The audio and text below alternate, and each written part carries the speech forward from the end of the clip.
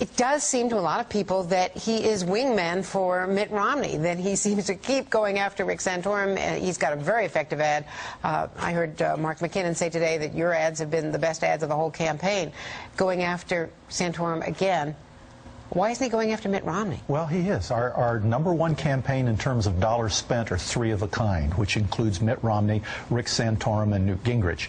And you know, Andrea, everybody talks about brokered convention. It's very, very unlikely, but there are 4 candidates. Theoretically, mathematically, it is conceivable, though far-fetched. The reason there aren't brokered conventions is because, in this day and age, there are brokered campaigns.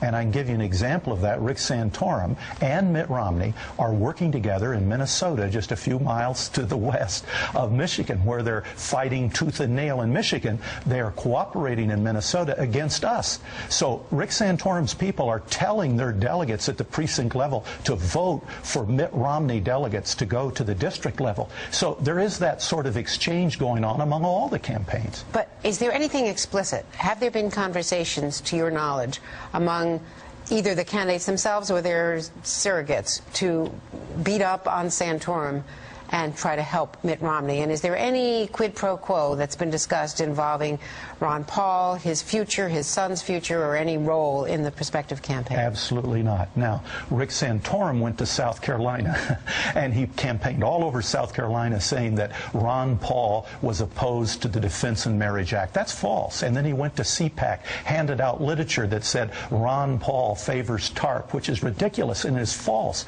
And we cannot let Ron Paul be a doormat to Rick Santorum. There's this old saying that if you keep lying about me, I'm going to start telling the truth about you. And it got to the point that we had to start telling the truth about Rick Santorum. Ron Paul will not be a doormat to another candidate.